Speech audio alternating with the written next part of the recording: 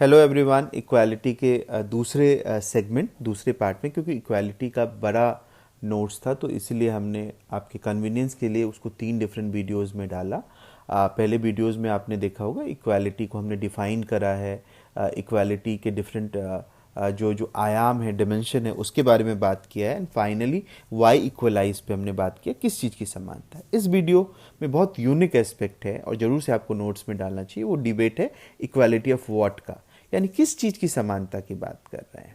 तो बेसिकली ये जो डिबेट है उसका 3 हिस्सा है। पहला है इक्वालिटी ऑफ वेलफेयर, दूसरा है इक्वालिटी ऑफ रिसोर्सेज और तीसरा है इक्वालिटी ऑफ कैपेबिलिटी।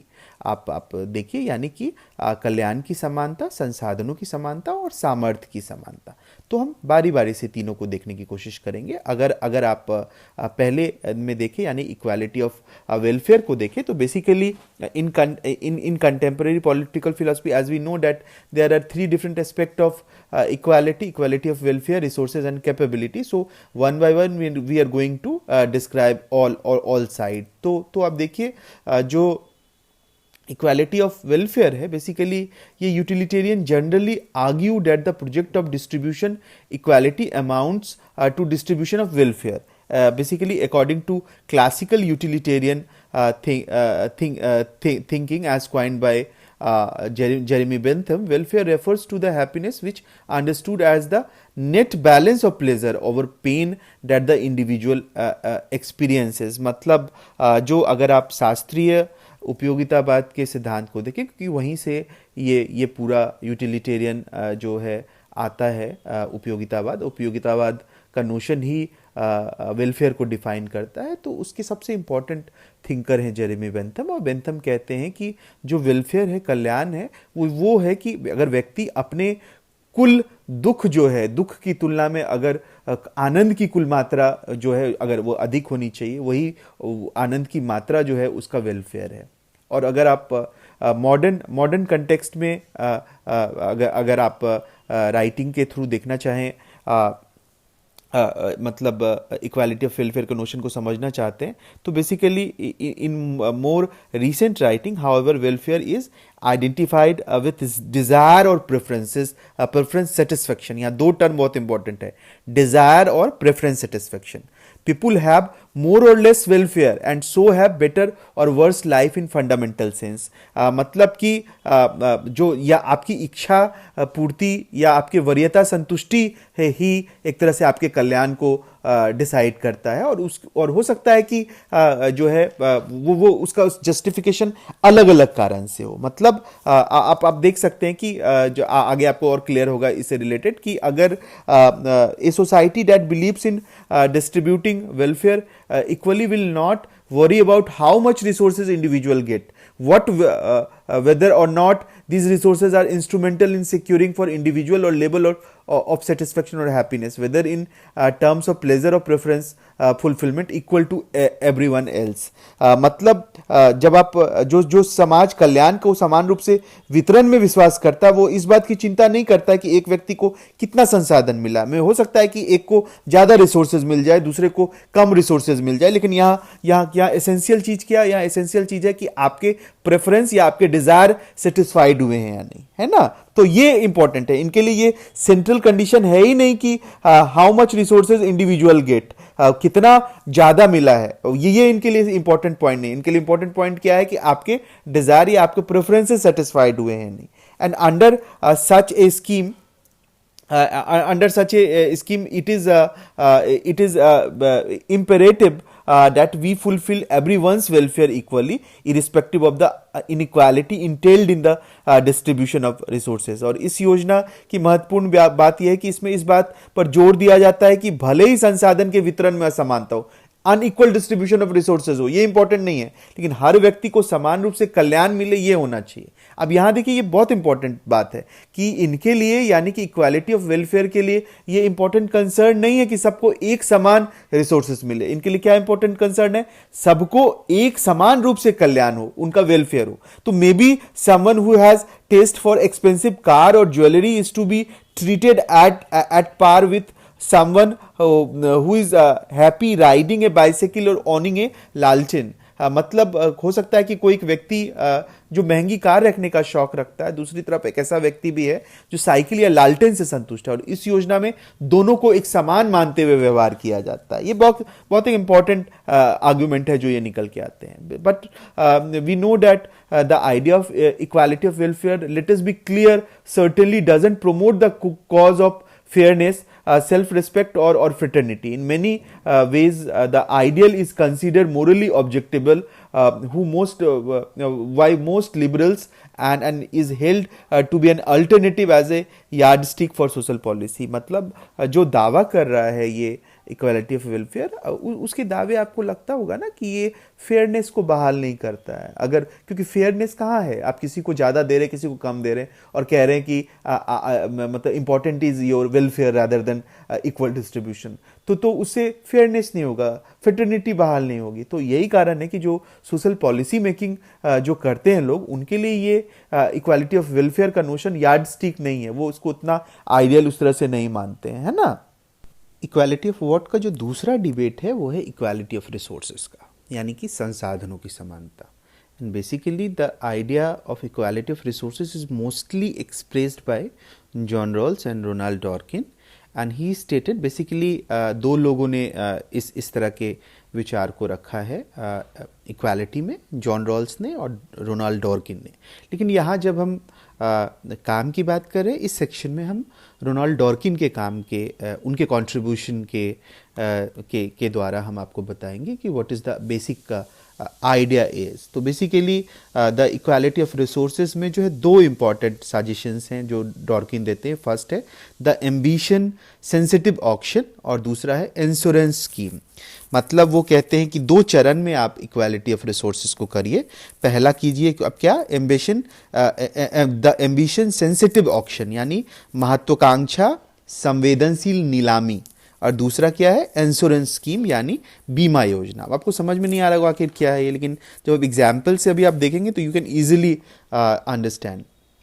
दरअसल डॉर्किन कहते हैं कि imagine we are actually shipwrecked immigrant washed ashore on a deserted island, and let us further assume for the moment through we will qualify this later that everyone has the same natural talents and huddled together in as a island with abundant resources and no native population. We set upon the task of equally dividing the available resources. We elect one amongst us to effect an equal division of resources. मतलब कि डॉर्किन कहते हैं कि कल्पना कीजिए हम सब एक समुद्री जहाज से कहीं यात्रा कर रहे हैं और हमारी जहाज खराब हो जाती है और वो बहकर किसी सुनसान टापू में पहुंच जाता है। कुछ समय के लिए हम ये कल्पना करते हैं ये कि हम उस तरह के सिचुएशन में हैं। बाद में इसमें हम सुधार करेंगे कि हर किसी के पास एक समान प्राकृतिक प्रतिभा है, मतलब सभी के पास एक जैसा नेचुरल टैलेंट है और इस आइलैंड पे बहुत ज़्यादा संसाधन है और यहाँ पहले से कोई इंडिविजुअल रहता नहीं है।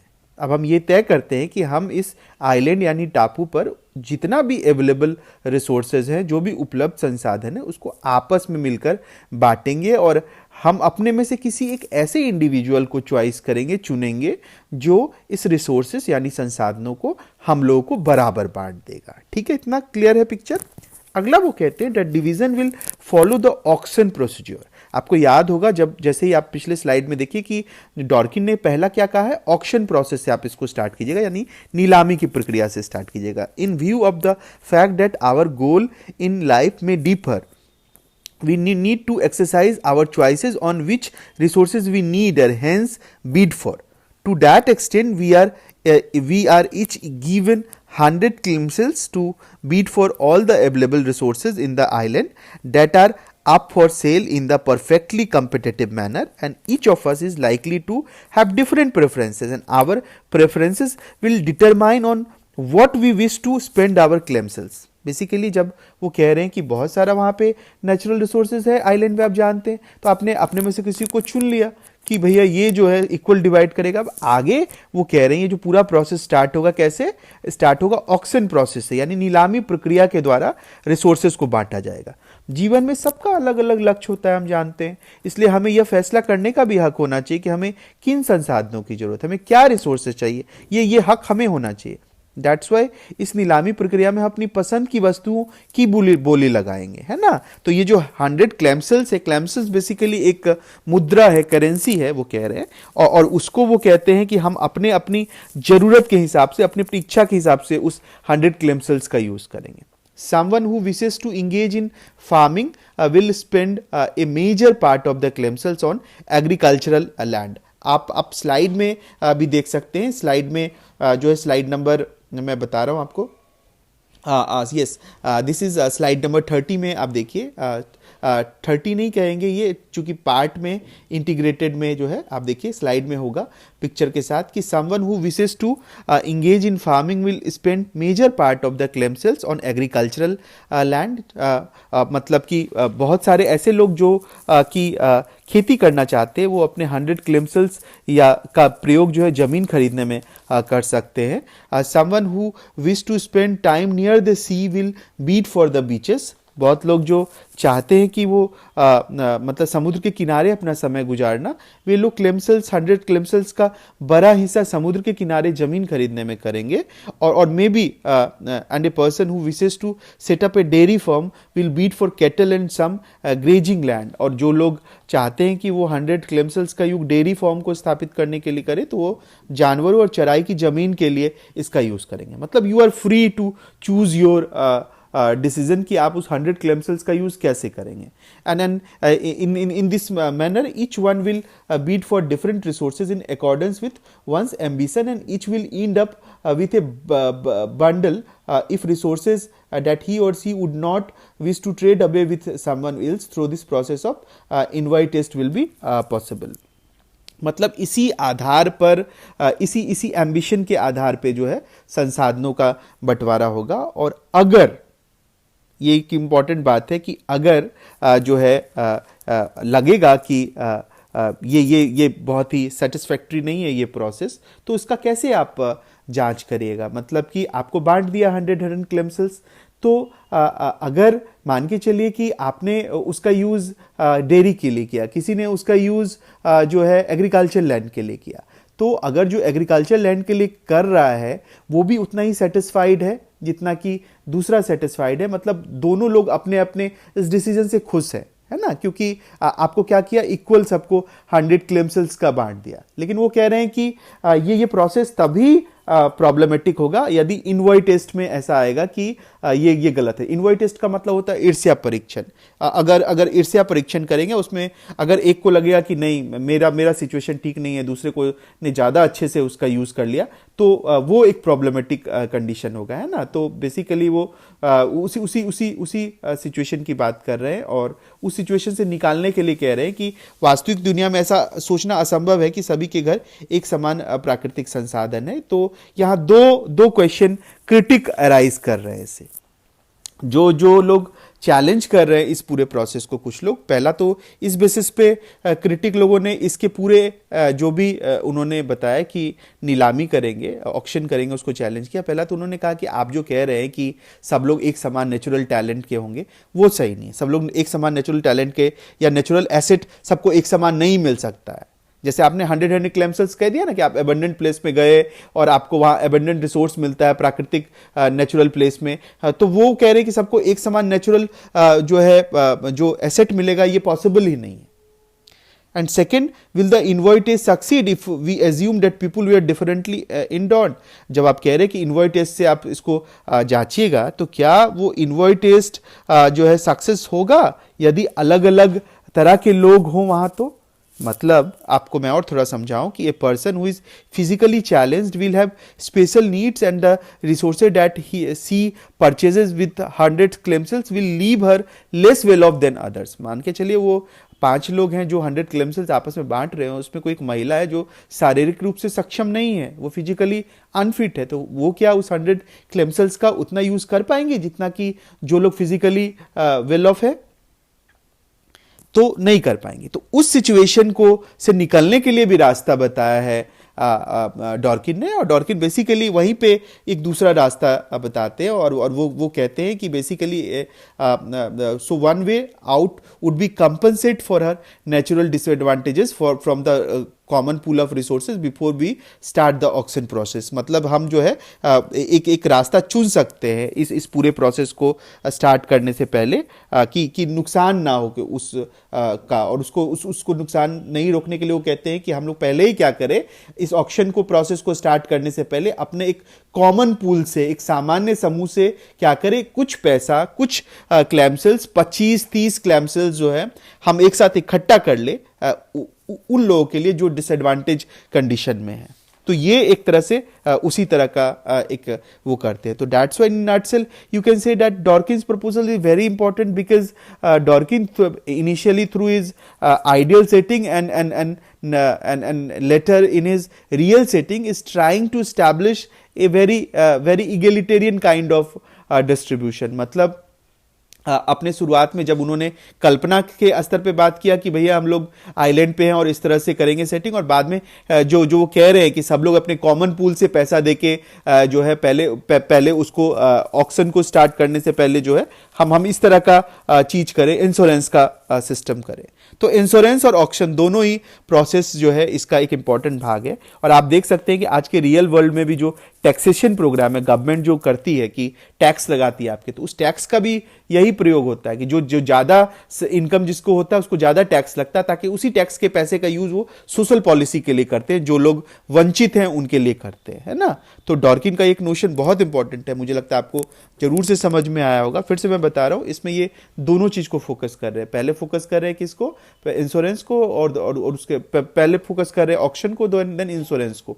और वो देख रहे हैं कि जो प्रोसेस है ऑक्शन का, उसमें अगर थोड़ी गड़बड़ी है तो वो, क्योंकि हो सकता है कि वो जो डिसएडवांटेज कंडीशन वाले लोग हैं उनको उस ऑक्शन प्रोसेस का उतना फायदा ना हो, तो वो पहले कह देते हैं कि भैया ऐसे करिए कि पहले आप जो है उनके लिए, उस तरह के लोगों के लिए पहले से 25-30 क्लेम सेल्स सब लोग निकाल के रख दे, और फिर बचे हुए 75 क्लेम सेल्स के आधार पर सब अपना एंजॉय करें। मे बी जो बचा हुआ 25-30 क्लेम सेल्स से जो एक कॉमन पूल बनेगा उससे उन लोगों को मदद करिए जो कि जरूरतमंद है। ठीक है, तो प्लीज इसको फैसिलिटेट करिए। अगले सेक्शन में फिर हम आगे अगला जोड़ रहे हैं।